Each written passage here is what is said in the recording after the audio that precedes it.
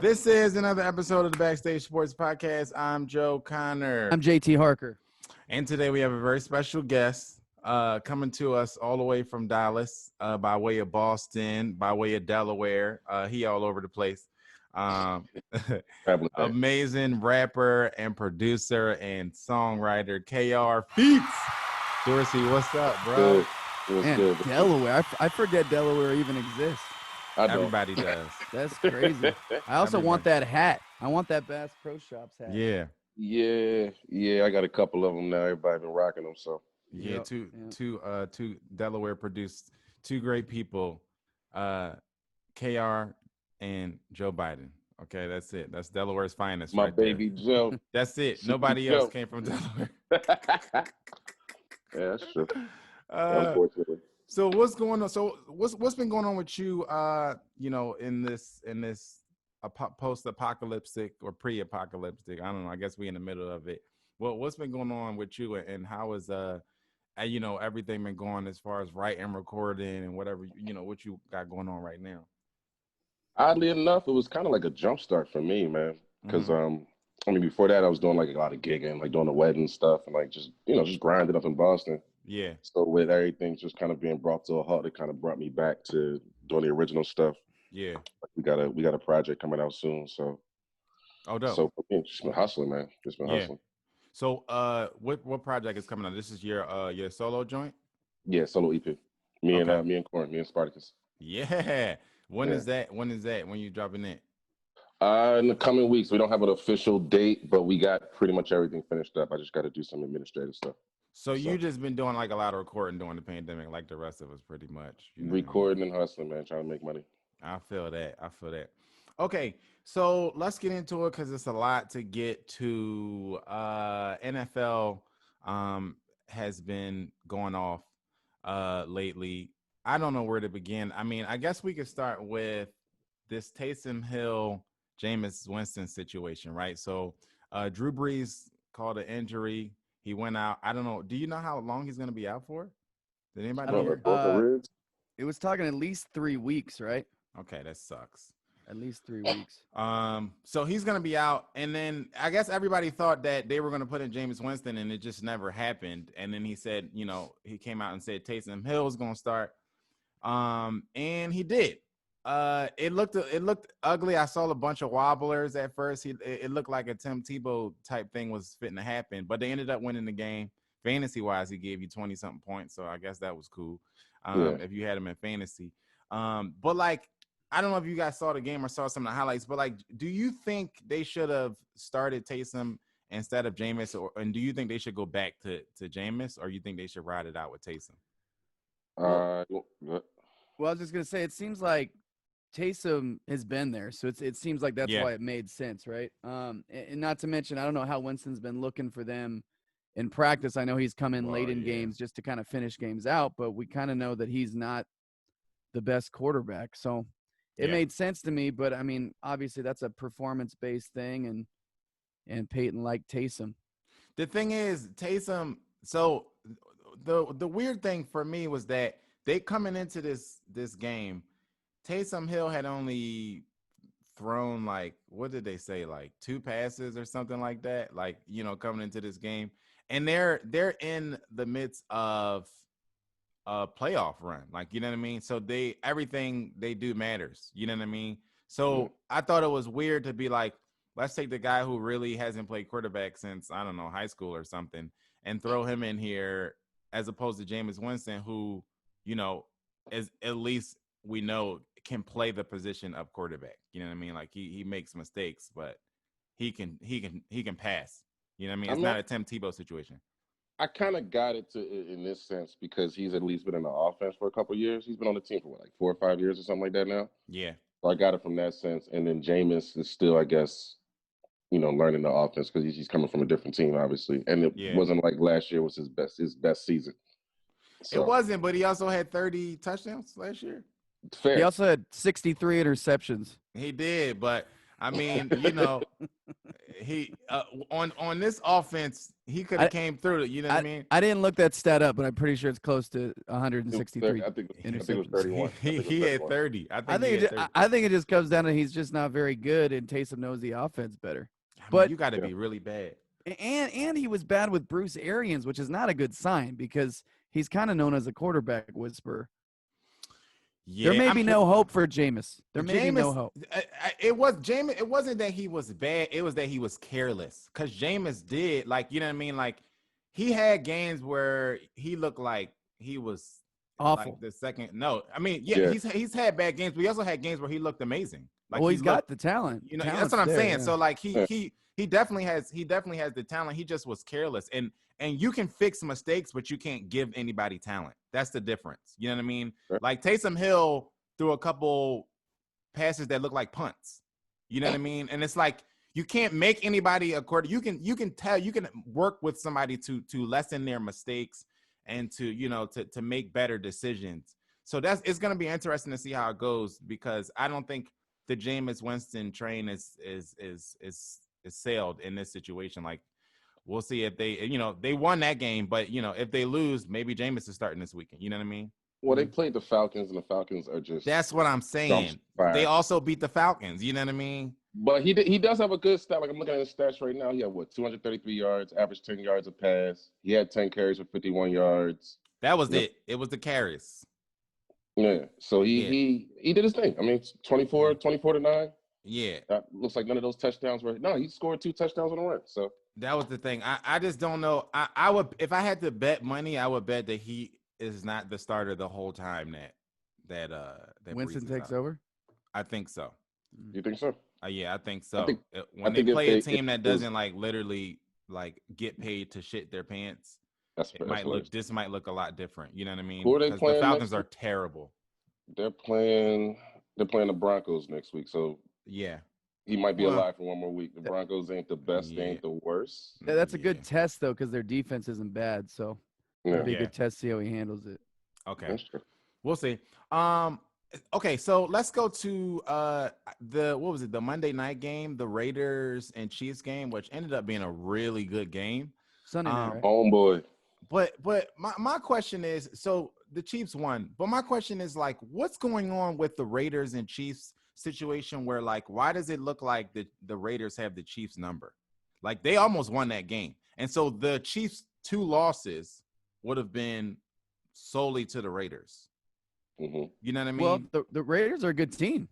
They are. They're looking really good. They're on the up. I thought Gruden was going to fail, and he looks like he's not. And Derek Carr looks like what we thought he was going to be. He's playing solid to good. Yeah. And the Chiefs aren't consistently as good as they were last year. Yeah. So I just think that might be a rivalry for years, right? Yeah, I just didn't expect it. I didn't expect the I didn't expect the Chiefs kryptonites to be the Raiders. The Raiders the Raiders have been doing that to me all year. That's why I'm a believer. I'm like, oh, the Raiders are good. Yeah. They're legit.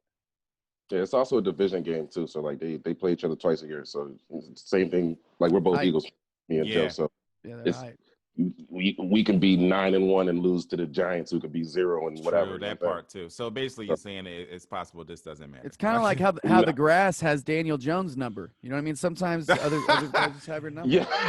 Everybody got Daniel Jones. Everyone's got their kryptonite. Everybody Jones' got the turf. Giants number. I don't know if I'm going to be betting too much against Mahomes this year or for years to come, because that boy is a monster right now. But what happens if they see him in the playoffs? That's what I'm saying. Is this just a division thing? Or if they go to the playoffs, is it like a 50-50 game? You know what I mean? Any given Sunday. So they're always 50-50 games. Let's be real.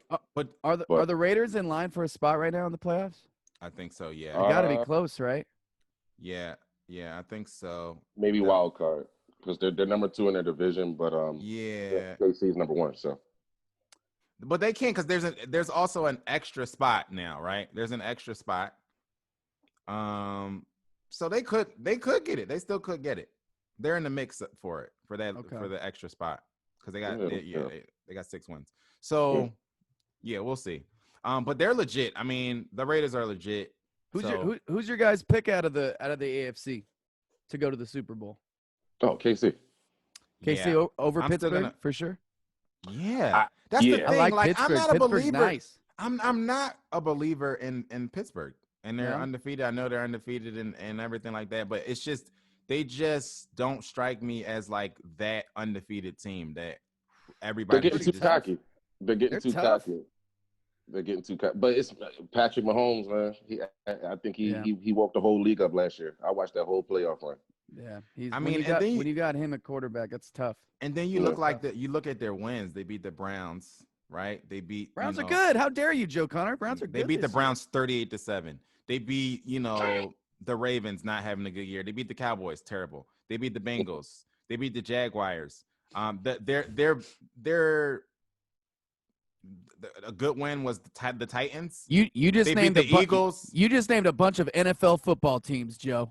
Literally, you know what I mean. So I think maybe that's it. Like I'd like to see. That is a bad schedule. Their schedule is like they beat up on the Giants, the Eagles, the Texans, the Broncos. It's like their one solid win is the Titans. Yeah, you know what I mean. Yeah. So that's true. I don't believe in the Steelers, and I'm just gonna have to wait and Well, the rest of their season, it looks like a cakewalk. They got the Ravens, they got Washington, they got the Bills, they got the Bengals, they got the Colts, and they got the Browns. If they don't go 16-0, I don't know what to tell you. But that's what I mean. You know what game I'd look at is that Bills game because the Bills are legit. I'd like to see what they do against the Bills. But like I like to see them play the Chiefs or you know what I mean. Like you're right. I didn't realize that was their schedule. You know what I mean? That's not that at beginning of the year that looked like a decent schedule, but now in hindsight that was kind of because the Ravens have been up and down, but they're definitely not what we thought they were going to be this year. Yeah. That's kind of an easy schedule. Yeah, so I could see, for me it's the Chiefs, and we're gonna have to see what goes on with the Steelers in the playoffs because they're gonna cakewalk through the rest of their schedule. And I'm not putting a lot of stock in it. The real question is, who wants to win the NFC East? The answer I think is nobody. Nobody wants to win the NFC East, but somebody is going to win the NFC East. Yeah, the NFC East is trash right now. I still got the Eagles pulling out. The Eagles always tend to just bring it together towards the end of the season. So I don't know, man. I'm starting to lose faith, man. Like I don't have any faith. My faith is gone. Joe is starting to lose faith like 5 weeks ago. I was. This is bullshit. I've been an Eagles fan all my life. You don't have faith being an Eagles fan. You just wake up and watch the game. Faith. Yeah, you just at this point it's just like okay. At this point, the only reason why I'm still watching the game is because everybody has 3 wins in the division. We're still in the division. We lost last week and we're still in first place. We have that tie. Exactly. So we're still in first place. Now, the winner of this game tomorrow of Washington and Dallas will be, for at least a weekend, the leader in the NFC East, right? Yeah. So who do y'all think wins between Dallas and Washington tomorrow? The Trash Bowl? The Garbage Bowl 2.0. Washington. I kind of do too. Like I might have to go Washington because I think Alex Smith has got him stable right now. I think he's got him stable. I think Washington wins too. But the thing is, to be honest, I think is going to actually win the division? Who? The Giants. Stop it. The Giants are literally, and Lupine will appreciate this. Shout out Ryan. The Giants are literally the only team in this division who I've watched play, and they actually look like a professional football team for more often than not than the rest of the team. They're not a bad team, but aren't they? They're not. Didn't they start 0-5 or 0-6? I don't know. Something like that. They're 3-7. They're tied for first or for second with the rest of the division. That would be insane because I'm pretty sure that them and the Jets were both like 0-5 or 0-6 to start the year. That's crazy. They're 3-7. They're 3-7. Just Dallas is 3-7 going out. Washington. Their schedule going out is pretty much similar to the Eagles. They got the Bengals, Seahawks, Cardinals, Browns, Ravens, and then the Cowboys. I mean, to be honest, 5 wins might win this division, so it's not. They just got to win 2 more games. You know what I mean? 5 wins will win this division. If you get to 5 or 6 wins, I think if you get to 6 wins, I think you're running away with the division. But if you know what I mean, and so I think like the Giants, the Giants should have beaten the Bucks when they played the Bucks. They should have beaten us. You know what I'm saying? When they played the Eagles. Them and the Chargers have had so many close games that they could have That's what I'm saying. And their defense looks a lot more coherent than everybody else's in the division. If Daniel Jones doesn't eat shit, after being tripped up by a ghost, maybe they win that game. You know what I mean? Grass is scary, man. That was scary grass. It can be. So I'm starting to feel like the dark horse for this division is going to be the Giants. The Giants. I think it comes down to the final week, man. I mean, it's definitely going to come down to the final because don't the Eagles play? We play Washington. Yeah, in the last week, in the week before we play the Cowboys. So that's the worst division I've ever seen in my life. Yeah, it's terrible. It's the worst division I've ever seen. Yeah. It's even worse. For a while, the NFC West was really bad. I know. The Niners were bad. The Seahawks were bad. The Cardinals were awful. And then the Cardinals got good and made it to that Super Bowl. But the NFC West used to be just like this. So I feel your guys' pain. I mean, I really do. I mean, the AFC East used to be terrible. Outside of the Patriots, it was just the Patriots. Trash. My Niners would be running away with your division right now. Yeah. Oh, yeah. They're in last place. Yeah, that's true. Yeah, it's just it's a shit show every week. You just never know who's going to show up, especially as far as this Eagles team. Like you just never know who's going to show up. Like, I know who's not going to show up. His name's Carson Wentz. Oh. So where are you on the just play Jalen Hurts train, KR? Like, are you on that train? You can't when you're in the hunt, but in the NFC East you can. I think. Carson's having a bad year, but every game I've watched, I can't put it all on him. Like he has his flaws. Right. His problem. I'm gonna tell you what Carson Wentz's problem is right now. It's two main things to me. I'm taking out coaching and the other teammates, except for receivers. It's he tries too hard. He tries too hard. He makes too many mistakes because he's trying to be Aaron Rodgers / Patrick Mahomes. It's like you need to be Carson Wentz. You need to play you play just a clean ball, just play a clean game. And then the receivers sometimes, like some of those picks aren't because he's not getting the ball to the receivers. It looks like the receivers don't want the ball. Yeah. My thing with Carson is that it's his decision making. Like it's not. You're right when you say like it's not totally him. Doug Peterson is in this train too. Like he's been making terrible decisions for me. I mean, watching last week, I don't know how many. Miles Sanders was getting 87 yards a carry. Every time he touched the ball, it was just a legit 60-yard run. And then Doug Peterson will look at his play sheet and go, let's pass it again. The ball, It just didn't make any sense. And I'm just like, what are we watching? Like, I didn't get it, Andy Reid. It was Andy Reid all over again. And it's like, is there like a curse on the field or something?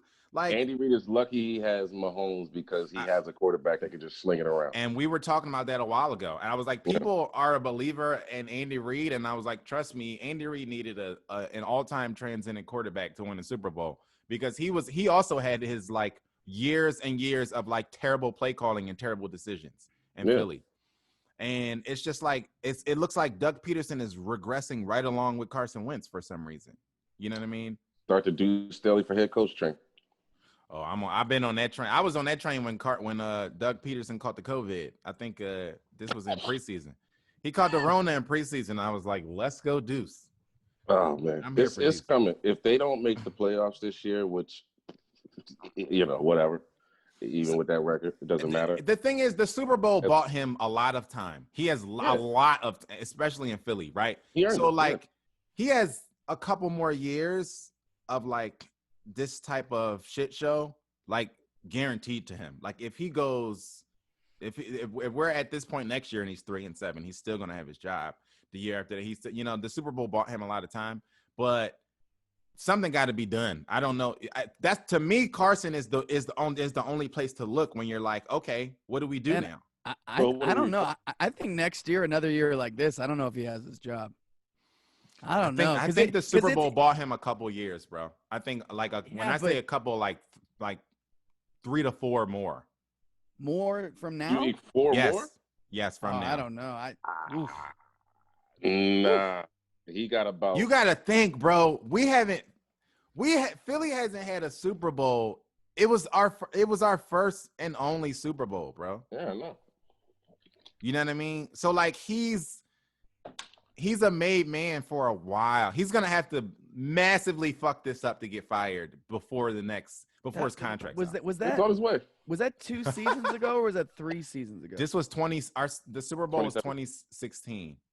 2017, but the 2016 season, yeah.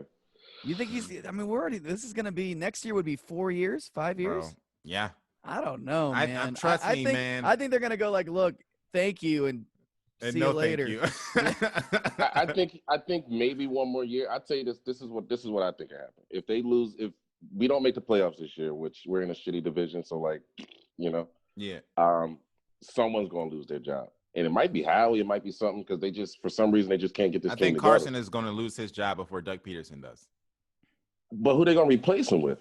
The guy who they drafted, the high draft quarterback pick that they took just last year. I get that. That's what I'm saying. They did that for a reason.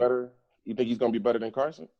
I think I would be better than Carson right now. That's hilarious. I think I would make better sound decisions. I would have way less interceptions. I would have way less interceptions. Let's take his entire career into context, because he was on his way to an MVP season. They're two different people. We can't, because the 2016 Carson Wentz was an MVP. He would have won MVP of the league that year had he not gotten hurt. He was an MVP, right? This guy is Tim Tebow, like on steroids. Hilarious. Tim Tebow took his team to the playoffs, though. True. Gotta win. Gotta win. True. Against the Steelers? Yeah, true. Yep. I just the Steelers. We'll see. We'll see what happens this week. I'll take Tim Tebow right now, though. I'll tell you that. I'll take Tim Tebow. I'm almost at that point where, like, give me Tim Tebow. I mean, we got to baseball. He's in shape. So this weekend or Monday night, actually, we have the Seahawks on Monday night, which they should flex that game. How many points do we lose by versus the Seahawks? Dark horse prediction. This will be the game that we win. I'm about to say it's such an Eagles thing in Seattle. In Seattle, is it? We in win Seattle? 16-10. Watch. I think they're beatable because the Rams just beat them. You know why the Seahawks always bust our behinds? Because we can't seem to contain running quarterbacks, and for some reason we keep making Daniel Jones. We can't contain. I'm about to say Daniel Jones was looking like Mike Vick when he played us. So I'm gonna say they win by 2 touchdowns. Who, the Seahawks? Seahawks. Yeah. You know what? This will be the game that the Eagles will win. I got the Eagles by a field goal. A field goal, 3 points. Yeah. 24-21 or something. This would be the week. This would be the week. Wentz throws 3 interceptions and still wins. Yeah. Okay, before we get to all the free agency. Can I ask a quick question? Yeah. Right now, do you guys think DK Metcalf is the scariest wide receiver you've ever seen in your life? No. No? Calvin Johnson. He's the scariest I've ever seen. He's scary. Because the size, I think he's so fast. He doesn't have Calvin's hands yet. He does. Yeah. No, that's true. That's true. But if he works on his hands and gets his hands better, he can be better. I think it's because he runs 110 miles an hour. It's hard to catch when you're running so fast. That dude is a horse. And that was his problem in the draft. Like DJ, he went low in the draft. He dropped because his hands, they were like they were not sold on his hands, and he had a drop problem in college. And so that's what it was. Talk about that draft because the Eagles passed up on him for J.J. Arcega-Whiteside. Everybody passed up on him. Where did he go? Did he go? Yeah, I mean, everybody passed up on him. The last pick in the second round, yeah. Everybody, and it was his hands. So he's obviously gotten better. If he can be scarier than Megatron though. I think he can be. Because he's already if he fixes the hands, he's scarier than anyone that's ever played. Because he's a tight end playing wide receiver. It's insane. He looks like Vernon Davis. He does. Right? Yeah. He looks like Vernon Davis running a 4, whatever he runs, a 4.3, 4.4. He does. He looks like a shorter LeBron James almost. He does. Yeah. It's crazy. It's crazy. And he's gonna go for 2,000 yards against the Eagles. Oh yeah, and he's got the perfect quarterback for him, right? Yeah. Yeah. But I think that's part of what's making him so good because he got Russell on it too. Yeah. I was about to say Russell Westbrook. What am I saying? Russell Westbrook. So he's got Westbrook. Russell Westbrook might be playing football. Westbrook goes for a triple-double and DK Metcalf scores. Would you take Westbrook over Wentz? Yes, I would. Because at least I know Russ is gonna run towards the end zone, and he'll at least do that like super hard and fast.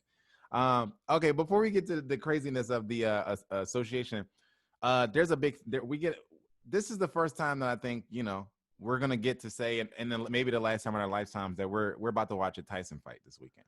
Okay, never thought I'd be able to say that in my lifetime, but it's happening. Okay, and this is happening during the time where we're not getting a lot of big fights. You know, we're getting Spence again soon. They haven't made the Wilder fight yet, so it's like Tyson versus Jones. Let's do it. Who's your winner? Did you not watch the Vitali? Was that fight? Was it Garcia? Who's the Russian dude that was like best pound for pound in the world that just lost to the Puerto Rican kid from New York? I know who you're talking about. Shows how much I follow boxing, but I watched that. I can't think of his name. Yeah, I know you're talking about. Great fight. I can't think of his name, but I knew you're talking about. Okay, so let's make picks for the Jones. Who's winning this Tyson Jones fight, and what round do you think? I know we all got the same pick because we can count up 1, 2, 3. Tyson. Yeah.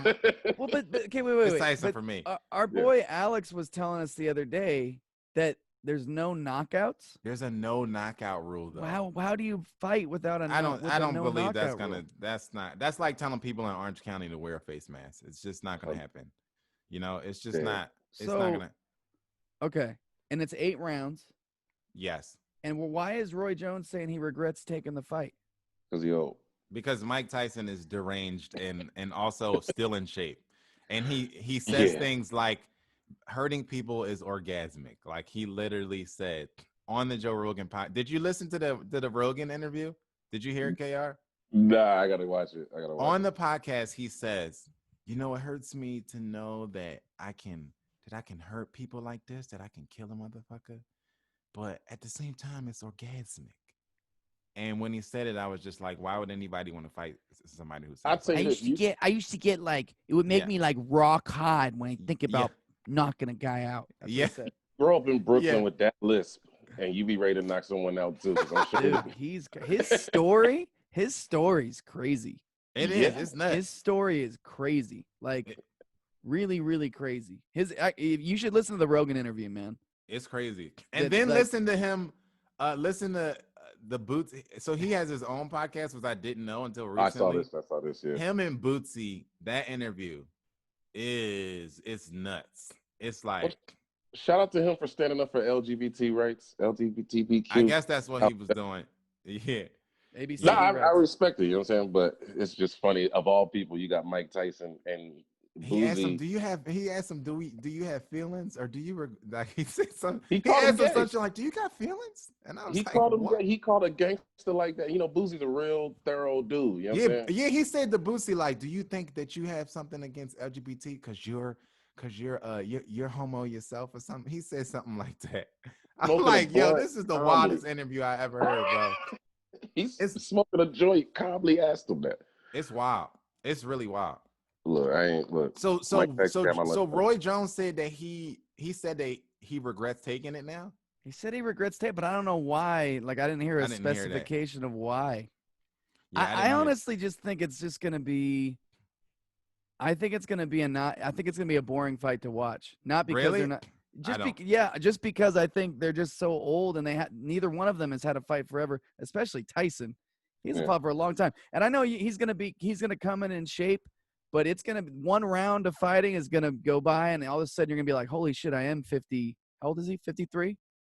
I think so. They're both in their 50s. I think that Mike Tyson is going to try to knock him out, and I don't think anybody's going to – this is the man who bit somebody's ear off. Like, I don't – this knockout rule is like what is not going to happen. Are they wearing headgear for this fight? I don't know. That's going to be interesting to see. I don't know. This is going to It might be something that, you know, for people over 50, it might be required by the boxing commission. For them to do. I don't know. I would think so, like, you know, just for liability reasons. This is the night that he gets Parkinson's. Say it again. Oh, this is the night he gets Parkinson's. Oh.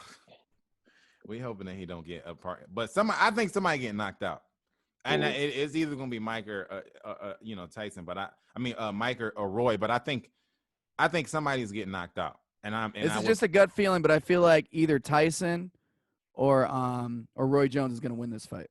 One of them is going to win the fight. One of them is going to win. And that's I'm just going with my gut on that one. That's grade A boxing analysis. I bet on the ref, actually. I'm betting on the ref. I got to pick something different.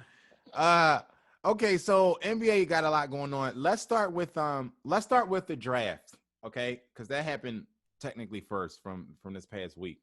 It's so quick. It went so quick. It did, right? The whole NBA preseason is like it's on skates. Like it's happening very rapidly, and if you blink, you'll miss something major, epic that happens. Yeah. Okay, so the draft happens. Were there any surprises for you guys in the draft? No, I thought Obi Toppin slipped a little further than I thought he would. Where do you think he should have went? I thought he was top 5.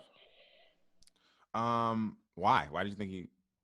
Just from the talent, because to me the talent in this draft was kind of top heavy. It was pretty much 4 names, and then after that, pick them. And I thought Obi Toppin was like at least number 4 or 5, and then after that, you know. So Anthony Edwards went first. James Wiseman went. Anthony Edwards went first to the Timberwolves. Wiseman went second to the Warriors. Melo Ball went third to the Hornets. Those were the big 3 that everybody was kind of throwing around trying to figure out where they would go. I assumed that the Timberwolves were going to pick Melo Ball, so I was surprised that they went with Anthony Edwards. And wasn't surprised about the Warriors picking Wiseman. I kind of thought that would happen, but I thought that Ball would go first. Do you think that they made the right picks? Do you think that the Warriors made the right picks, and so did the Timberwolves and the Hornets? Yeah, that's exactly how I thought the first 3 would go. It wouldn't have shocked me if the Timberwolves decided they liked Melo, but it would have had to be a thing where they just loved Melo because they obviously liked D'Angelo Russell and the combination with him and Karl Anthony Towns. But that's where I thought it would go because it makes sense because you've already got these 2 all-stars. You bring in Anthony Edwards, who a lot of people are comparing to Dwayne Wade. My question with all 3 of them is motor because I haven't seen enough of any of them. Wiseman played 3 college games and looked great. He looked great. Anthony Edwards, like you and I talked about, Joe, is kind of like maybe an Andrew Wiggins, Ben Simmons motor type of issue. Maybe. And because that's the thing they were saying with the people that I heard that didn't like the D Wade comparison was because they said D Wade was bringing it every game, and D Wade was way more ready, NBA ready when he came in, and they don't think that Edwards is going to be that ready. True. And in fairness, Dwayne Wade came out after, I believe, his junior year, so he was more seasoned. But Dwayne Wade, I remember him in college, and not as a freshman, but he was electric even when he didn't have the ball. Every single play, you were watching Dwayne Wade. So those are the kind of subtle things you go, okay, well, when Anthony Edwards didn't have the ball or when he wasn't hot, was he doing anything, right? That made you watch it? And those are the weird ones where you go like, man, he's talented, but is he going to be anywhere near Dwayne Wade? I don't know. I think right now Melo's the best basketball player in the draft. But I think Wiseman they didn't take Melo. I thought that Melo would have been a better fit for the Timberwolves. I know why. I think right now he is. I think now, I'm just saying right now he is. I think Wiseman's going to be a beast, whether it's with the Warriors or whether they end up trading him to get another piece. I was going to say that. I think with Wiseman, I think that's probably, I don't want to say the scariest pick out of the draft, but obviously with the Warriors, they have down here. Yeah. They finally got a center. I mean, I know Draymond plays center, in the small ball lineup and all this stuff. They need big men now. They finally got a center. And a versatile center. Yeah. He's got shooting touch, mid-range. He's athletic. He's a legit 7'1" or 7'2". Yeah. And he's nasty. He's nasty. So watch out for them. Yeah, I'm excited. I'm excited. But when you're trying to compete this year, that's where it's like, okay, well, I'm excited about him, but I'm a Dubs fan, by the way, in case you don't know. Fair enough. So I'm a little torn. So my thing with the Wiseman pick is like I thought that they should have traded out of that pick. I thought that they should have traded out of it so that they can get a proven veteran to help them win now. They tried. You know what I'm saying? Because they tried. And apparently they tried. But even now I would trade Wiseman and try to get somebody. Now the smart thing that they can do is do the thing that they did with Wiggins, the Timberwolves did with Wiggins, where they played him They let the league see him, let him get some run, and then had some trade, maybe try to help build up his trade value. Mm-hmm. So, I think that it's still probably not out the realm of possibility for the Warriors to end up trading Wiseman with Russell and trying to get some type of max contract player or some type of seasoned veteran to help them win now, because the Warriors they're only getting older. You know what I'm saying? Like Draymond has declined as a player. His numbers have declined. He's declined, as a player. They're as you get older, you don't get less vulnerable to injury. They haven't been able to have a season go by. Steph Curry hasn't completed a season in 3 years. Klay Thompson is out again.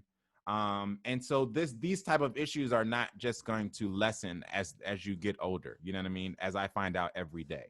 And so I think that they need to be in win now mode.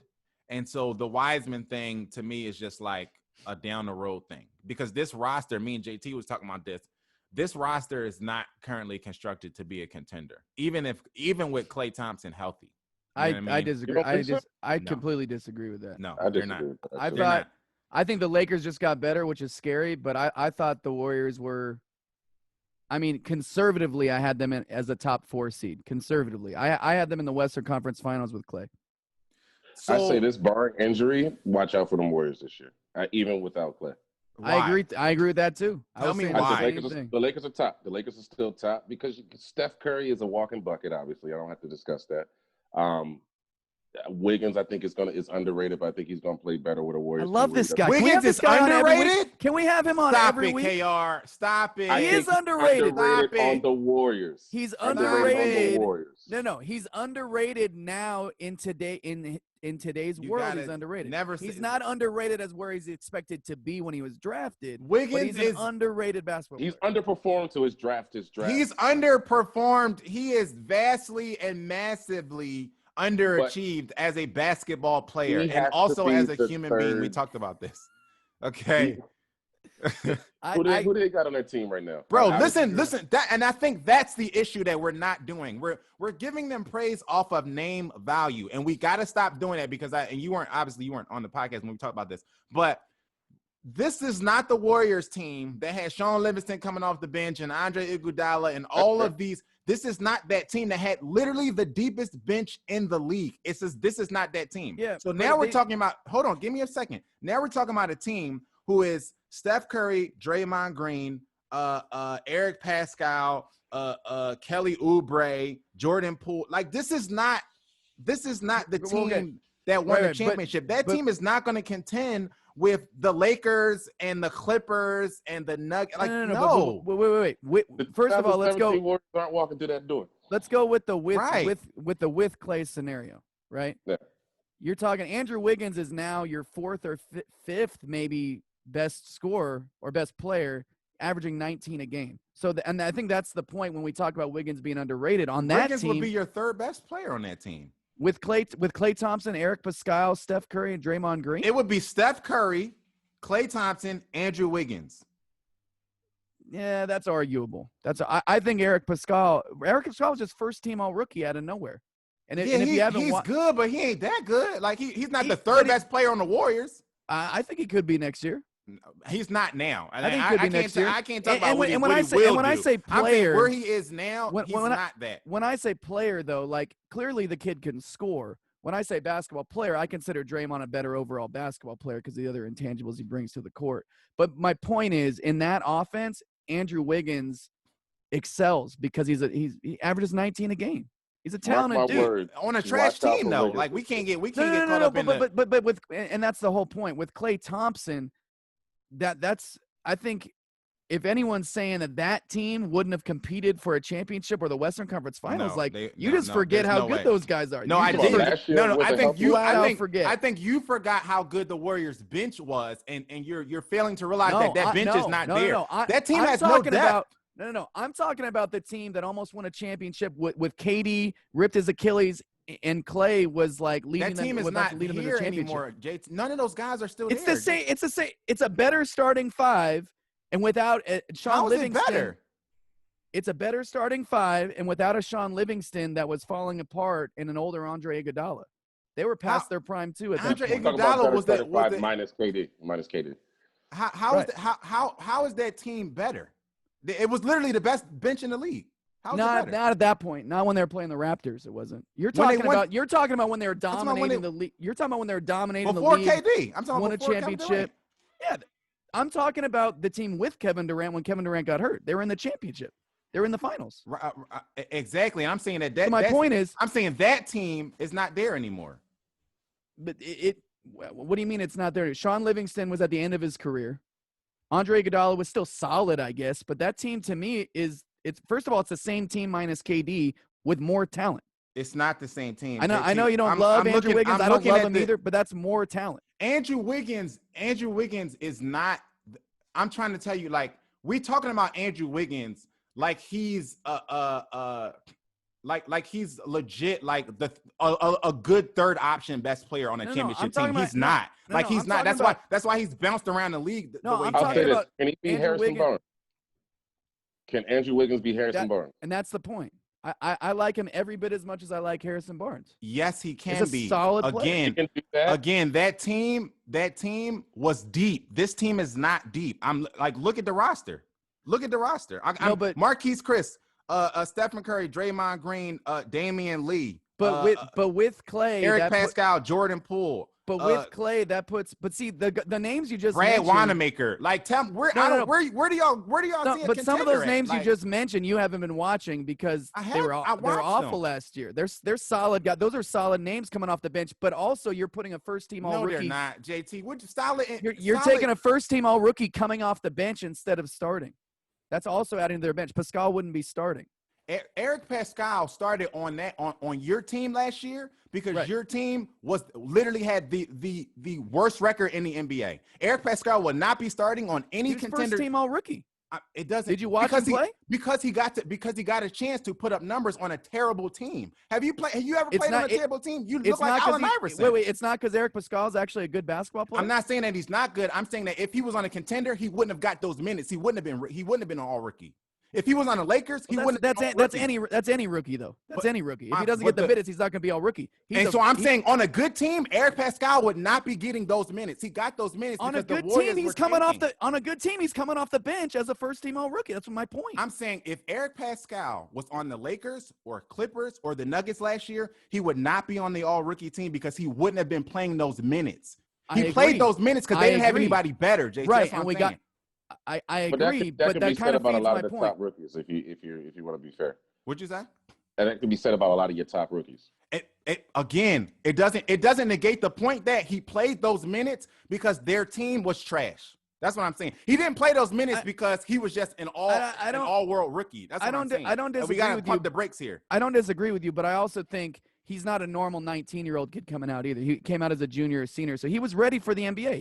He's an excellent basketball player. Now my point is now he's a 6th or 7th man. This is not about Eric Pascal. I like Eric Pascal. He's a Philly guy. This is nothing personal against Eric Pascal. I'm saying that we got to be realistic and realize that he was gifted a great opportunity to play on a team that went 15-50, and that's why he played those minutes. To act like he would have been a starter on the Los Angeles Lakers is asinine. He wouldn't have been. So I never said he would have been a starter on Los Angeles But we're Lakers. acting like because he played on he made the all rookie team that he's like that he would be a key piece to a contender, and he's not. He's not. I love Eric Pascal. I think you should, but I'm just saying that he's not going to be a key piece on a contender. So if Eric Pascal is your 4th best player, you're not going to win a championship. Eric Pascal's coming off the bench. That's my point. That's my point is he's not your 4th best player. He's going to be a decent piece for the Warriors this year. The Warriors, the way the Warriors play, the way he just said he was going to be a key piece for the Warriors. You're not going to win a championship. If Eric Pascal is a key piece for you, you're not going to win a championship. No, the hierarchy on the Warriors this year with the Klay Thompson injury, and I'm just talking about as far as skill of player, because Draymond Green isn't the best offensive player. It's going to go Steph Curry, number 1, obviously, followed by Wiggins, unfortunately. tied with. That's what I'm saying. Like if you tied with Draymond Green, bro. If Andrew Wiggins is your third or fourth best player, you're not winning a championship. We gotta just tougher than we want to give him credit for it. And you got Eric Pascal coming off the bench. Plus you got Kent Bazemore, which I think is an underrated pickup for this team. Y'all trying to. Honest though. You cannot polish a turd, bro. I'm not saying they're going to be number one on the West. I'm not either. I think that's what it sounds like, though. I think you're underrated roster. No. It sounds like you're trying to say they're trash, Joe. They are. They went 15 and 50, bro. They are trash. Like, with their top three players, like what you mean? Like, of course they're trash. Like they didn't have their three all-stars that game in, bro. I see you saw the stamps at the beginning of the season once everybody went down. They mailed that season in. They knew what they were doing. They're like, let's. But this is the cast that was a bye. This is the cast that you. This is the cast that you saying you're gonna drop one player in, and all of a sudden they're gonna be a contender. That's what I'm saying. That's what I don't get. No. This is the team with Klay Thompson was a contender. Without Klay Thompson is a 4 or 5. What did they contend for with Klay Thompson? What? You just said with Klay Thompson. What I'm saying with Klay Thompson, they are a contender. Without Klay Thompson, what? Like they're a 4 or 5 specifically seed. What? The Larry O'Brien Trophy? With Klay Thompson, they were a contender for a championship. Western Conference Finals. There's no way. You're tripping. There's no way. I know you hate the Warriors for all the years. I don't hate the Warriors. Let's be clear. Let's be clear. I hated the Warriors team that was running through the league, winning 72 games. This is not that team. I don't have anything. I hated that team. I say the royal this team is cute. Like I don't hate this team. If we're saying that with Klay, if we're saying that with Klay, we are forgetting how goddamn good they were.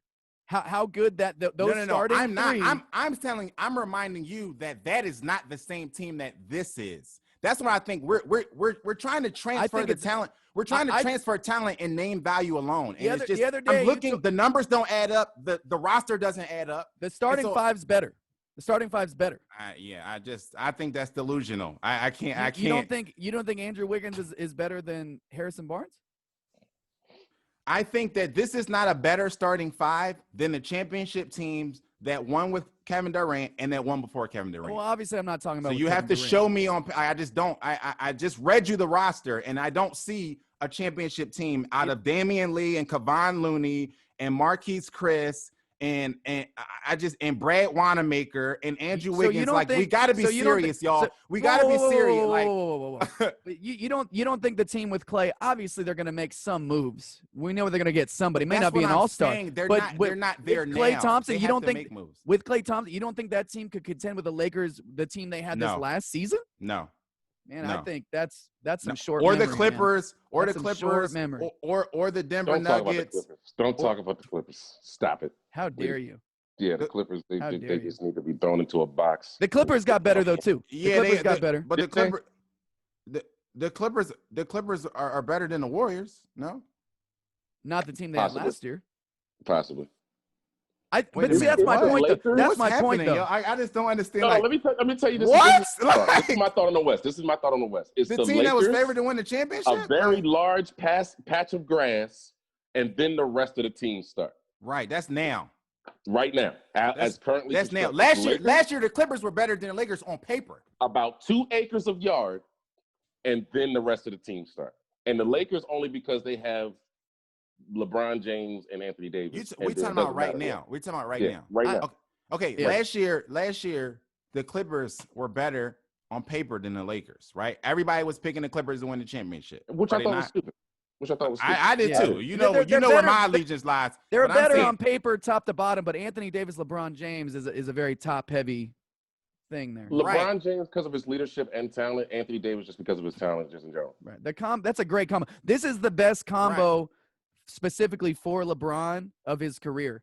That's a great fit. You know what I mean? Kevin Love wasn't a great fit. Kyrie needs the ball.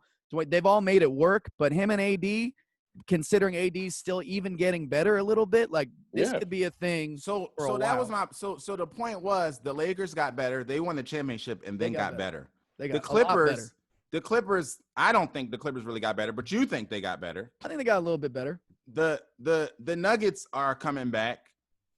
Did the Clippers just get Ibaka? Did they get Ibaka? The Clippers, they got Ibaka. That makes them better. The Nuggets are coming back. the Denver Nuggets are legit, as we already know. Nuggets. As far as we know, the 4th seed Houston Rockets still have James Harden and Russell Westbrook until further notice. I don't believe. I've never believed in the Rockets. Come on now, stop. No. It's not about believing in them. I'm saying that they were the 4th seed. That's what I'm saying, which is a fact. They were the 4th seed, right? They won 44 games. So these are the teams. So I'm saying like they have the Warriors. Those teams. Those teams are going to have to go through. You know what I'm saying? The Warriors right now will beat that Rockets team. With Clay, it's not even a series. It's not even a series. But minus Clay. No way. No. Not even a series. So they would sweep them? I mean, it would be a lopsided series. So are you saying like a gentleman? Are you saying like a gentleman sweep? Are we talking on no Clay right now? Where are we? No at? Clay. No Clay. No, I'm not going to pick them to sweep with no Clay, but I still think they're better than the Rockets for sure. Yeah, I can't see that. Well, the Rockets aren't making any moves. They're not getting any better. But that's what I'm saying. As currently constructed, they would beat the Warriors. Like I think they won 44 games last year. Again, health aside, because these Warriors are getting a little bit older, but man, I think people have short memories, man. I really do. I don't think so. I think people have. I think you have to realize that like the ship has sailed. Like that old team, the Warriors team with the best bench in the league, and they're running all of these guys at you, and all of these all defensive players, and first team all defense, and 4 all-stars, and that team is not there anymore, y'all. I'm not saying that team's there anymore. What I'm saying is they're way Eric better. Pascal is not going to do it. Neither is Andrew Wiggins. What I'm saying is they're better than the Rockets, and I would still I like the Nuggets. Clippers, Nuggets, but I think they're there with them. I still think they're there with them. What you say, Kaya? Take away Russell Westbrook and James Harden, and the Warriors have a better roster than the Houston Rockets. Well, yeah, I mean, you take away the 2 MVPs on their team, the 2 league, of course. Like, they don't fit, he's like, take away all their best players, the Warriors are better. He's saying the rest of the roster. Take away from the Warriors, take away, what do you call it, Curry and freaking Draymond, and they have a better roster. You take away Harrison Barnes 2.0, a.k.a. Wiggins. And they still have a better roster. Not Rockets even.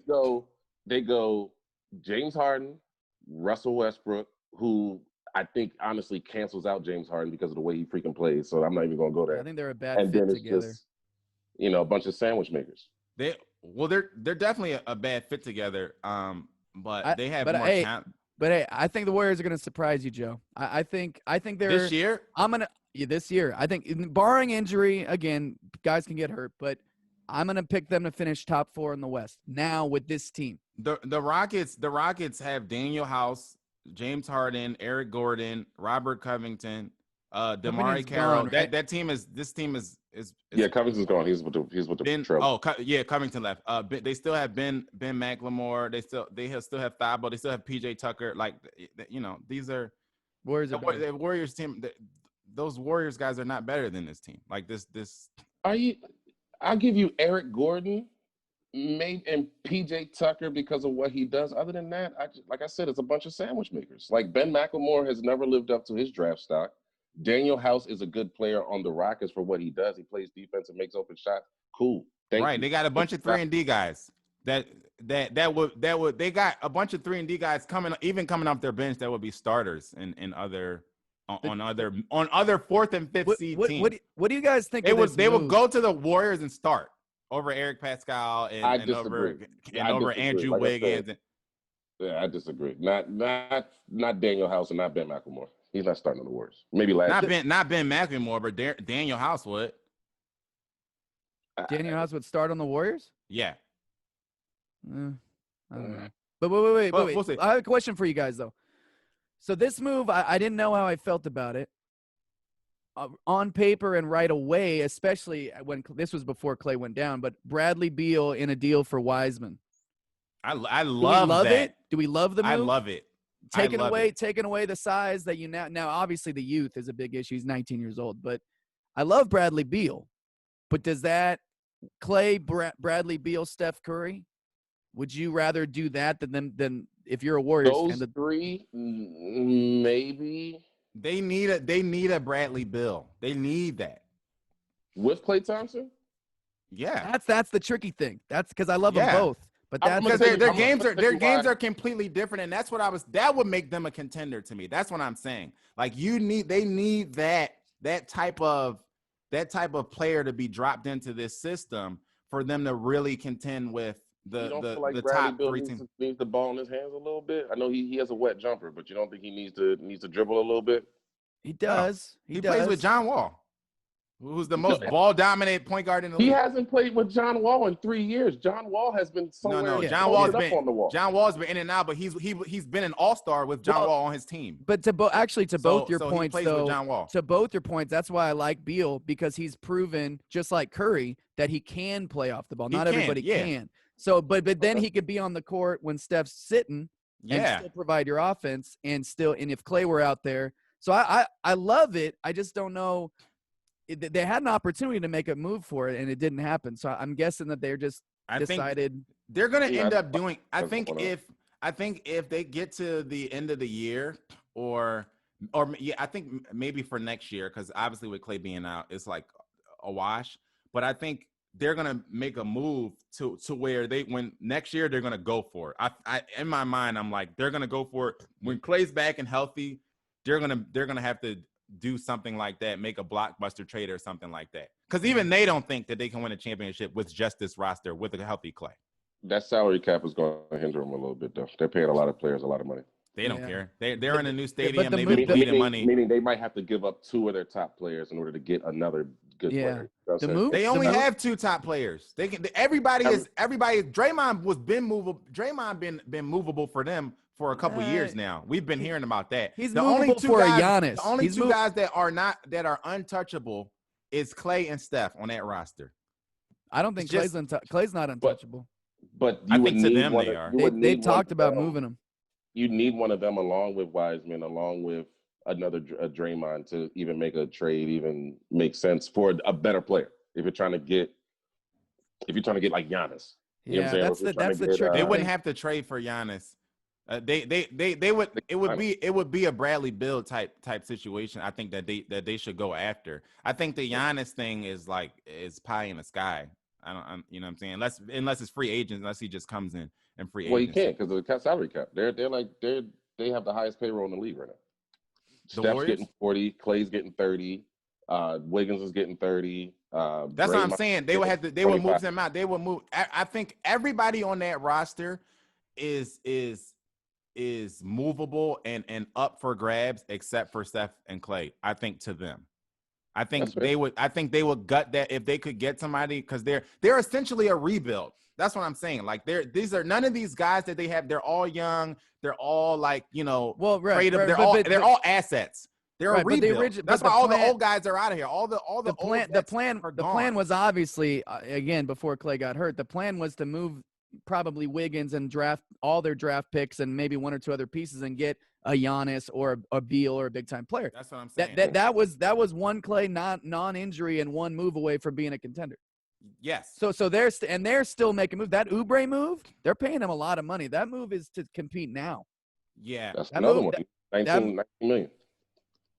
Yeah. I like Oubre. Yeah, I just think they have to make more moves. And obviously, like you said, they think that. They do. They think that. And that's what I'm saying. And we know they will.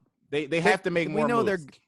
Yeah, for sure. Especially because the teams aren't staying the same. Like the Nuggets are young and getting better. The Lakers just got way better. The Lakers are scary. I was pissed we didn't get Marc Gasol because the first headline I saw was the Warriors were trying to get him, and then the second headline I saw was that he went to the Lakers. I was like, son of a bitch. They were. Because that's big.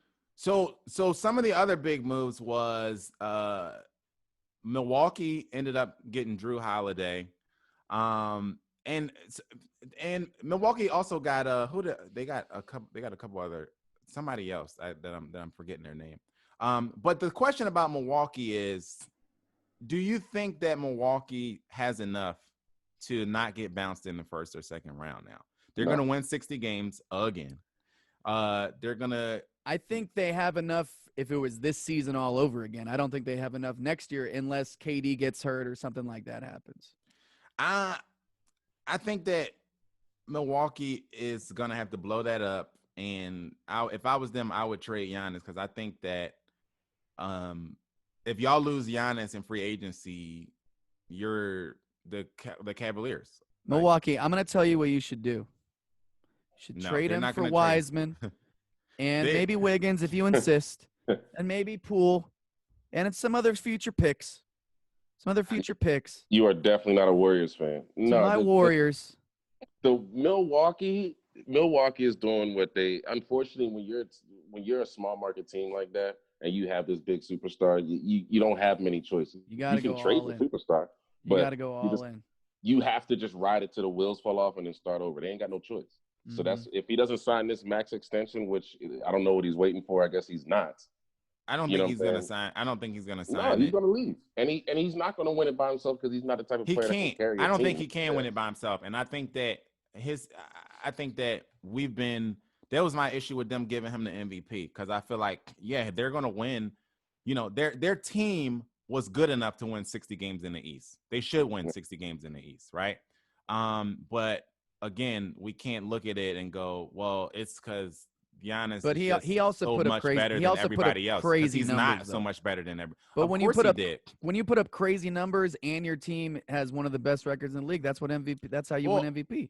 He doesn't have a take over the game kind of style. He has be the best player. Exactly. He can run up and down for 60 minutes and score 40 and 20. He needs to go to, and this is going to. I'm a LeBron fan, so he needs to go to the Lakers, or he needs to go to Miami. If he wants to win, I heard these rumors about him going to Miami, and I do like that idea. Like I like the idea of Giannis in Miami. I think for him, basketball wise, I hate that idea. Being able to lean on Jimmy Butler and Bam and having shooters around him, and he can't be. He's really not. He's not a LeBron James. He's an Anthony Davis, right? Yeah. So he needs to be the best player. But everyone else helps them get there. Yes, because all he is to me is Anthony Davis in New Orleans, right? Where it was like he's not going to do this by himself. You know what I mean? Yeah, sure. And so even though their team, they built that team up around him in Milwaukee, they have a talent, and these moves that they made to me were just lateral moves. You know, Drew Bledsoe, Eric, what's his name? Bledsoe for Drew Holiday. To me, it was just like. I don't agree with that at all. Drew Holiday's a 2 or 3 time All-Star. He's way better. Holiday is an upgrade, but they're just the same teams. It's just the same. That's what I mean. It was a lateral move. It doesn't move the needle for me. You know what I mean? No, I agree with that. But Drew Holiday, KD calls him the best defensive guard in the league. That's high praise. I mean, KD also thinks that he can be a head coach while playing basketball, and that his team I don't listen to KD on. I don't either, and no one else should. But the rest of the league respects. They like. I agree with him on that. I like Drew Holiday. Drew was great. I think it makes them significantly better for sure. The problem is the Nets. Now the Nets are here. Now you've got Boston Celtics are only a year older and better. Yeah. You got Miami Heat who just made it to the finals. They're not going anywhere. And I personally think Tyler Hero is going to be the next Devin Booker. You've got teams on the rise. Yeah. He said you don't think Tyler Hero is going to be one of the top scorers? No. I think he's going to be good. He'll be the good number 2, number 3 player on that team unless they get a Giannis or something. You know what I'm saying? Yeah. He's going to be good. Devin Booker, no. Devin Booker's I think he's a scoring machine, and he's only 19. I think Devin Booker is another level, I think. I think Devin Booker he's going to be out of here. But what about when Devin was a rookie? Yeah, I mean, you got to – Me saying he's not Devin Booker is not a knock on Tyson. It's not a knock. Right. I understand, but I'm just saying the potential. Me too. I'm putting Devin Booker I think he don't get the respect he deserves because he plays on a trash team. And it's hard it's real easy to put up great numbers on terrible teams. That got to be the theme of today. Like we can't be. But Tyler Hero was blowing up on a good team that made it to the finals. Oh no, right. I mean, think about this. If he doesn't play like that, they don't go to the finals. You're right. Absolutely. Fair. Absolutely. Right? I got to see him do it consistently though, because he didn't even do it throughout the year. No, he didn't. That's what I was impressed with was, whoa, this kid is not afraid of any moment, and he's 19 years old, and he's long. But he was also in the bubble too. Like watching those playoffs, the Miami Heat, the players that the Miami Heat need to shake hands and hug for getting them to that finals. Their names are Jimmy Butler, Goran Dragic, and Bam Adebayo. Tyler Hero was the icing on the cake. Tyler, he wasn't the cake. They needed Tyler to win though. Yeah, they couldn't win. They couldn't score. Yeah. But Tyler, I think Tyler's gonna be good. I just think I gotta see him do it consistently. He didn't even play like he did in the bubble. He didn't even do it during the season. So I just need to see him. It was a 20-game season, Joe. But also he went to the bubble where like no. I mean throughout the rest of the season. But also I think he benefited from what a lot of role players benefited from, this comfortability that happened. Yeah. And so 100%. I gotta see people do it when there's like pressure and fans. He's got other weapons, But I'm picturing him at 23 years old with that height and that handle. The handle is crazy. He's nice. He's gonna be nice. He's gonna be nice. But like Devin Booker, you guys are hating on him because he's white, is what's going on right now. You're hating on him because he's a white basketball player. There's never been good white basketball players ever. That's it. That's it. White basketball lives matter, guys. So a couple guys got paid. First, who was it? Ingram from the Pelicans. Can I correct that? Signing back. Can I correct that? Tyler Hero's not white. I take that back. He is not white. white. He's beige. He's like he's like a mulatto. He's not white. He's tan. If you heard him talk, he's not. He's not white. Ingram signs an extension with the Pelicans. And me and JT had a conversation about the Pelicans too. Do you think so let me ask you, KR, do you think Doc should have went to the Pelicans over going to Philly? I think he should go to Jersey Mike's and be a manager there, maybe. What?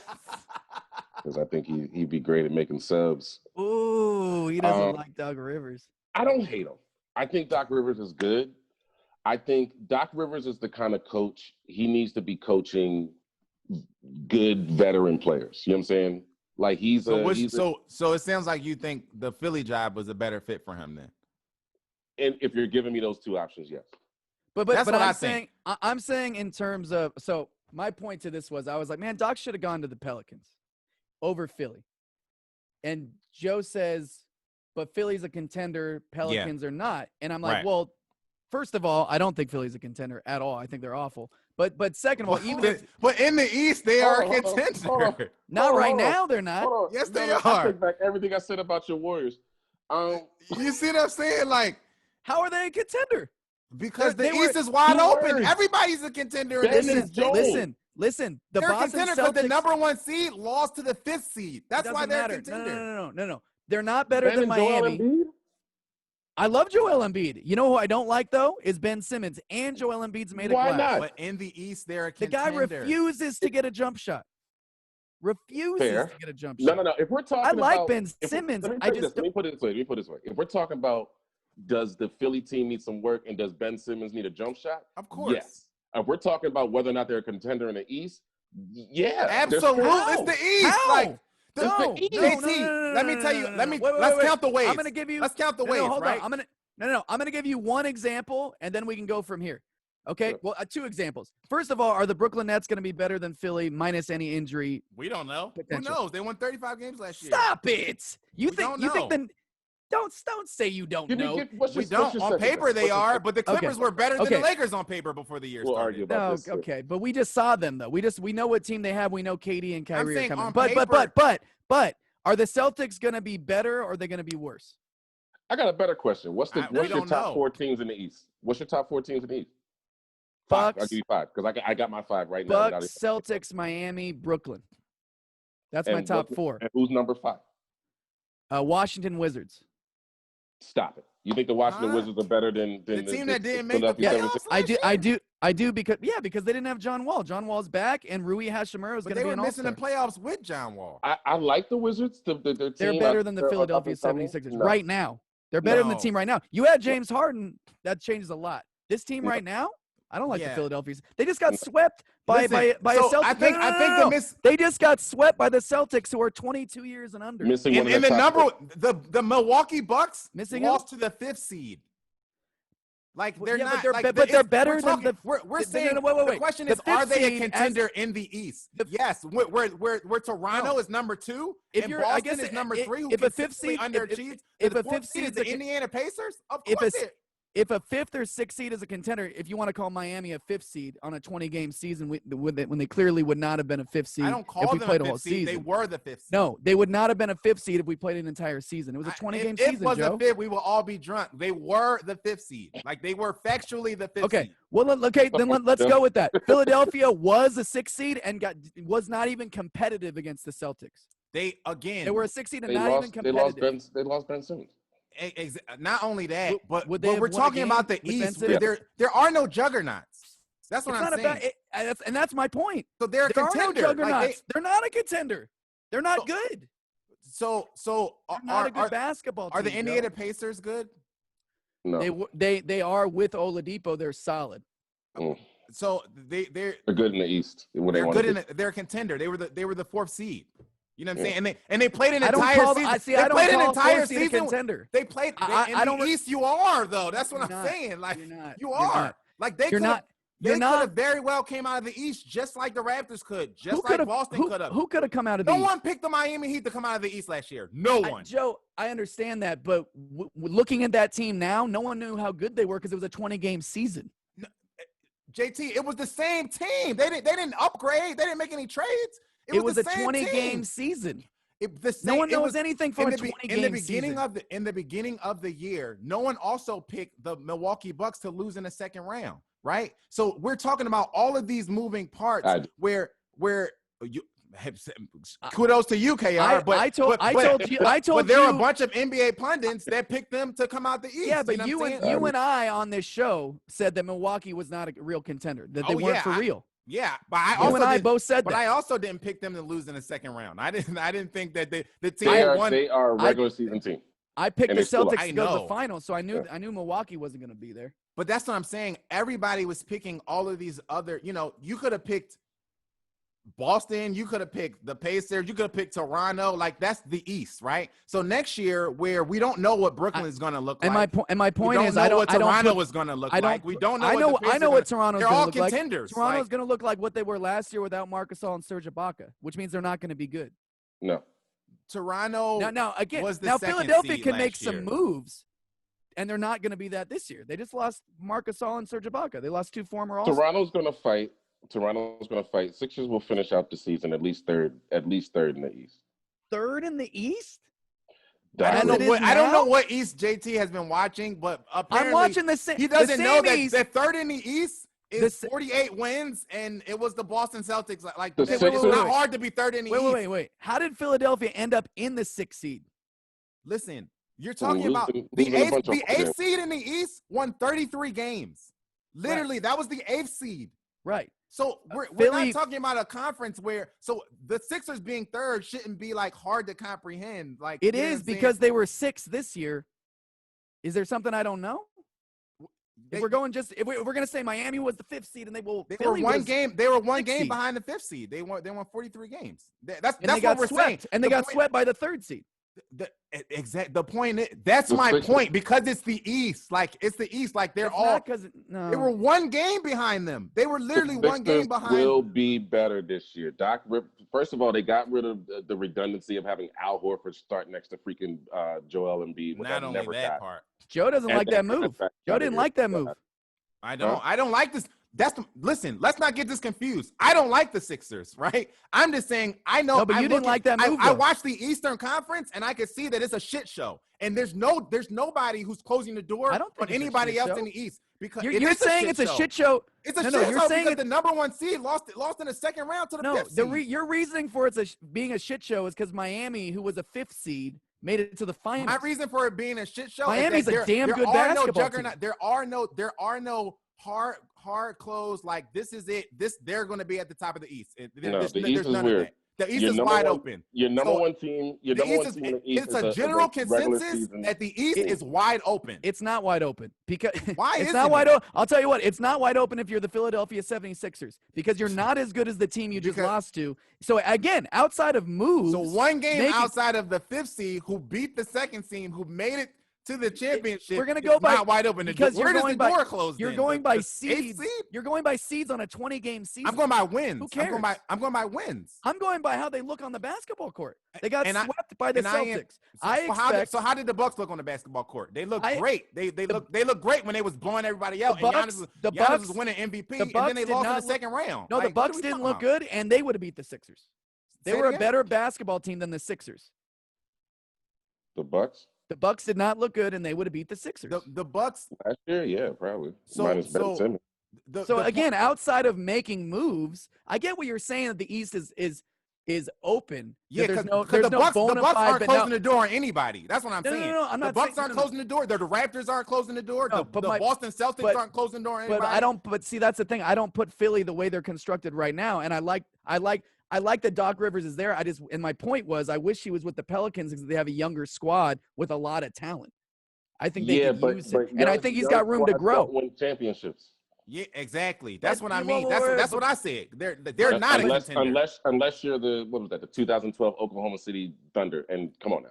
Yeah, they're not a contender. No, but that he can grow with that team. Now he's on the clock, and if he's you don't old. go, if you don't get, that's what I said. He don't have time to grow. He don't have time to grow. If you don't go get James, if you don't get James Harden or another big time player, you can still come out of the East. No, you cannot. The Heat came out of the East last year with a rookie coming off the bench, scorching everybody. Now you need James Harden to come out of the East. Bio with your assist leader. Like, come on, Joe. That's a really good. Now you need James Harden to come out the East. That's a really good basketball team. Stop it. Whatever team comes out the East is getting a gentleman's sweep from the Lakers anyway. But I agree with that. But let's not make the Heat out to be the '96 Bulls, y'all. Like you don't need to be a juggernaut to come out the East. You keep thinking have a conscience. You keep acting like I'm saying all these Eastern teams are so amazing. I'm saying Philly sucks. That's what you sound like. That's what I'm saying. No, I don't think Philly sucks. I'm telling you, Philly was a 6 seed, got swept by a young Boston team who I expect to be better, and I don't think they're going to be any higher of a seed next year because I think other teams are coming for them. That series would have been more competitive. People was picking Boston to come out of the East. Like, that's what I'm saying. Like, that's what I mean. Like, Boston's a good basketball team. They're a lot better than Philly. No one was picking Philly to come out of the East outside of Philly. Has Philly's number. I'll give you that. But at the same time, Philly will be a top 5 team in the and Boston is Boston is not unbeatable. Like, that's what I'm saying. The point is that we can't act like any of those teams are unbeatable. I said at the most they will finish top 3. So your ceiling's 3, your floor's 5-ish. 5. Yeah. I'm not saying it would shock me if they got the 5th seed, but I don't consider the 5th seed next year with a full season a contender. And I think Doc Rivers is going to do a hell of a lot better job than he will. They should be a better basketball team on the court with Doc Rivers. They should. Would you be shocked that the Pacers won the East? Yes. Yes, absolutely. Because first of all, Oladipo, it sounds like he's not going to be there for the whole season. I also think other teams are better. Miami's way better than Indiana. Way better. So way better. They're way better, but even though they was Indiana was the 4th seed and didn't have Oladipo? Because unlike you, I'm not going to base how good a team is in a regular season on 20 games. No. 45 games, JT. It was a season. Their record was 45 and 28. Where's the 20 games thing coming from? They won one last game than the Pacers. And then I watched the Pacers all year. Like, the Pacers didn't have Oladipo, and they still had a better record than the Miami Heat. So I don't understand where this thing is. They didn't have Oladipo. The Miami Heat are like this juggernaut, like, because they It's not about being a juggernaut. It's about. I can't tell. I don't get it. Wait. Was the Miami Heat way better than anybody thought going into the playoffs? No. Are they? They're not a better team. They just caught fire. They weren't way better than anybody. They just got hot and they beat good teams, but they weren't drastically better than anybody. Nobody was looking at the Eastern Conference last year going, that Miami Heat team is way better than everybody else in the East. Nobody said that. I'm not talking about what was going on last year. I'm talking about what happened and the team that you saw in the playoffs. That was an excellent basketball team. The year building chemistry, and they finally turned it on at the right time. That's what happened. That was an excellent basketball team. Jimmy Butler is a dog. Jimmy Butler is a beast. Bam Adebayo, I love Bam Adebayo. Tyler Hero is 19 years old. Like, that's an excellent. Goran Dragic is coming off the bench. most of last year? That's a so good basketball team. So we're saying that Miami Heat team is good, great, but again, it doesn't make them head and shoulders above everybody else in the East. It makes them. So you're not putting them head and shoulders against that Philly team right now. No. Head and shoulders, no. I think you're crazy. I think you're crazy. Everybody's crazy then. Like, no. What does the great rapper say? If everybody's crazy, you're the one that's insane. Because nobody else is saying it either. No, there's 3 guys. 2 guys are crazy. Not everybody. I've never heard anybody say it though. Like I've never heard anybody say that the Sixers had no chance to beat any. You've never heard anybody saying that Philly's not a contender next year. No, I haven't heard that. I haven't heard that, and I listen to sports shows all day, every day, and I've never heard anybody say that. Well, they weren't a contender this year, and teams are getting better. The team below them, if we're going by seeding, because you seem to love to go with the quarter of a season seeding. The Brooklyn Nets are what quarter of a season? What are you talking about? I don't understand. The Brooklyn Nets are one spot behind them, and they're coming for them. The Washington Wizards, again minus any injuries. So you're saying that the East is wide open? I'm saying the same thing we've been all saying. No, I'm saying Philadelphia is not a good basketball team. I trust Kevin Durant's Achilles more than I trust John Wall's gimpy legs that he hasn't walked on fully. Again, injury. Washington didn't even make the playoffs last year. Now we're putting them in the mix. So you're making our point. Washington's one spot out of the playoffs. They didn't make it playoffs though. They're one spot out of the playoffs. They didn't have their best player. So you're saying that they're in it. You're saying that the Washington Wizards are in it. The playoffs. No, you're saying they're in the hunt. Like they have a chance. They're in the playoffs is what I'm saying. What are you talking about? I'm saying, are you saying the Washington Wizards have a chance to make noise in the playoffs next year? I'm saying they're going to be in the playoffs. Do you think they can beat anybody? Philadelphia. So you only think they could beat Philadelphia? I mean, what I'm saying is the Brooklyn Nets are right behind them in the number 7 spot. We already know they're going to be better. The Washington Wizards are one spot out of the playoffs. I mean, I don't know what roster you're looking at. They should be better than Philadelphia. The Wizards. I got a dark horse pick. The Brooklyn Nets will not make the finals this year. Not make the finals? They could. So we're saying Washington is in it. We're saying the Heat is in it. We're saying Boston is in it.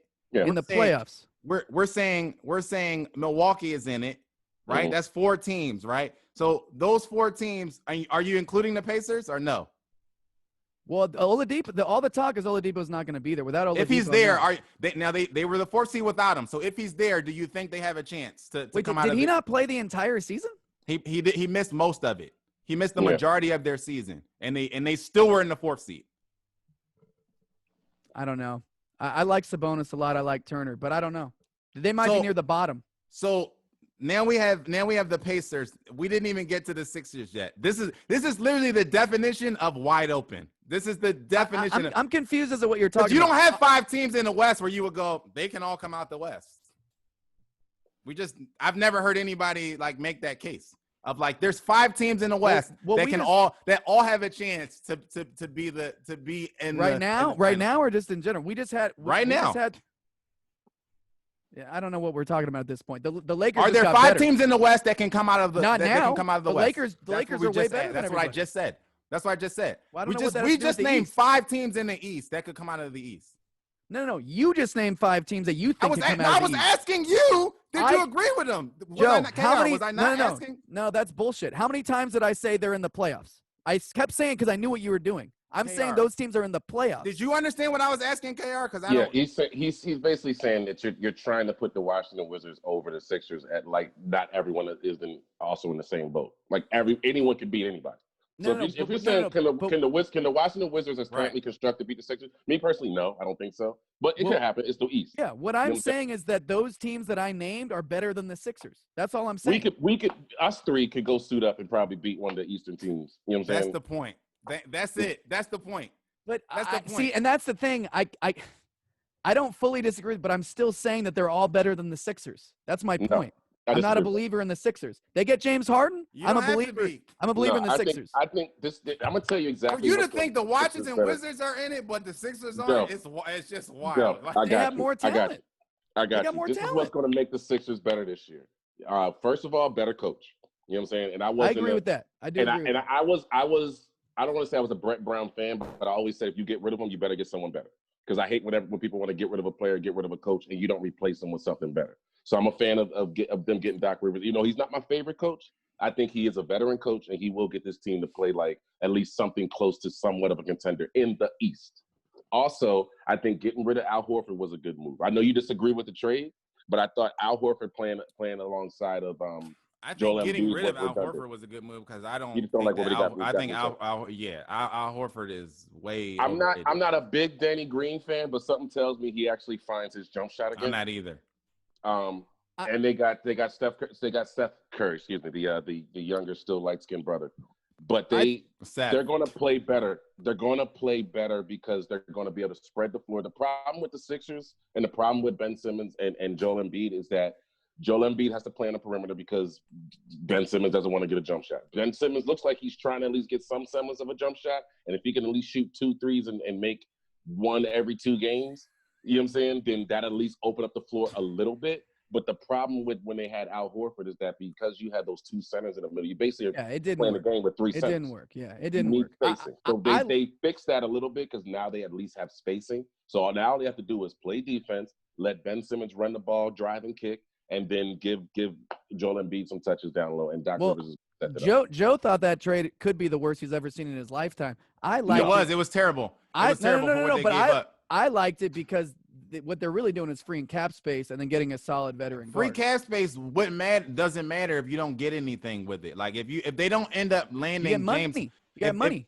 But you can't win a championship with money. You can't pay for a championship. So like unless they were freeing up space for James Harden. That's literally what teams do. They pay for championships. No, that's literally how you win championships. No, you don't pay for championships. The Lakers just did it. Come on, stop it. The Lakers just No. The Lakers had players. The Lakers paid players, and the players won the championships. Having cash on hand will not win you a championship. But that's what we're saying. So that's what I'm saying. Well, they're trying to get Harden. They're trying to get Harden. That's why they're freeing up. That's my point. That's my point. I just said that the only thing that's going to make that deal worth it is if they land James Harden. Just having cash in the bank, it's not going to do anything for you.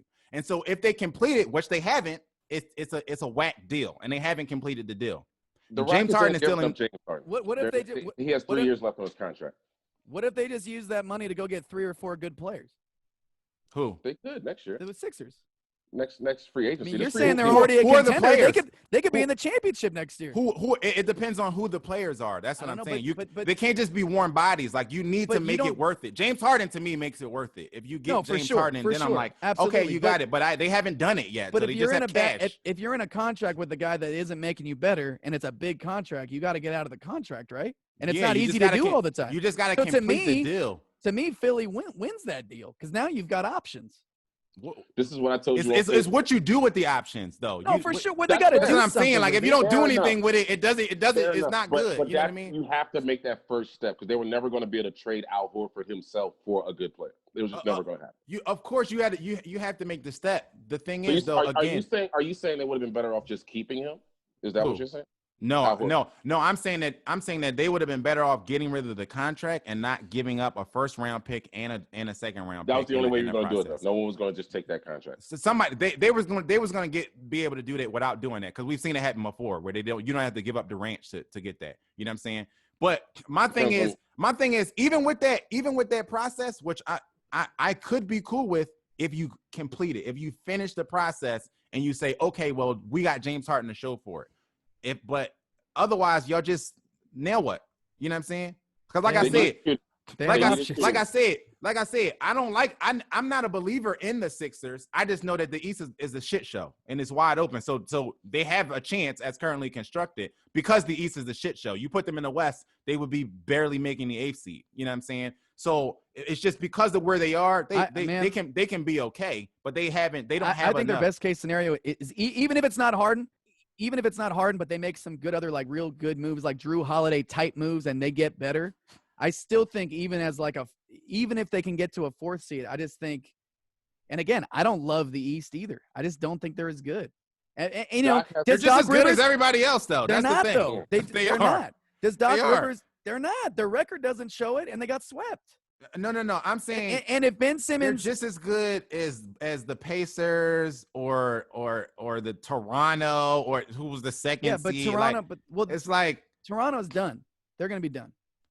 They lost too many pieces, but they should be in a Toronto. rebuild. Toronto was but before Toronto even had Kawhi or before Serge Ibaka was even playing out of his mind. They were the number one seed in the East. They were they were the Milwaukee Bucks. And they were good this year. And they were the Milwaukee Bucks. Right, what I'm saying? And they were good this year. But so that's what I mean. They're Like losing they're key pieces now. Toronto's going to be in it just like they were always in it. You know what I'm saying? Not this year. Why not? They just lost two of their former All-Star big men. Right, but it's the East. That's what I'm saying. Nick Nurse made it work because I thought they were going to digress. Yeah, the door is not when they lost Kawhi. So I'll give them that. The door is never closed in the East. I don't think Toronto. I think at best they're an 8th seed next year. They might miss the playoffs. Yeah, I don't know about that. I'm not going to count them out yet. Yeah, I'll tell you that. Not in the East. If they was in the West, I'd be with you. I'm telling you, the East is getting better. Yeah, getting better. Not really. Yeah, it is because the Nets got better. Are the Nets going to be better? But are the Celtics going? But are the Celtics going to be better? I don't think the Celtics got better. I don't think. You don't think they're going to be better? No, I don't. Eventually, Tatum and Jaylen Brown have to take that next week, especially Tatum if he's going to be the super. I mean, they just lost Gordon Hayward. Gordon Hayward went and got 120 million from the. I actually like Hayward, but I'm saying they didn't get better. It wasn't a big up Gordon Hayward. I'm just saying to KR, like they didn't get better. They actually lost somebody. Gordon Hayward, whether you like him or not, was their third best player. No, I agree. But I'm saying they're getting better from they just were in the Eastern Conference Finals as the youngest team in the NBA. That's where I'm saying they're getting better. Like common logic says, now do I think they're better than the Nets next year? I don't know about that, but they're going to get better. Philadelphia kind of is what it is outside of making some really nice. I'm going to go ahead and book it. Sixers are going to the finals. Oh God! Let's do it. We heard it here first. We're gonna hold that too. All right, we gotta get out of here. So we're gonna put a pin in it right there, and we'll come back. We'll bring you back on when it's finals time. They're gonna get Kyrie. When it's finals time, we'll see how you. That could happen.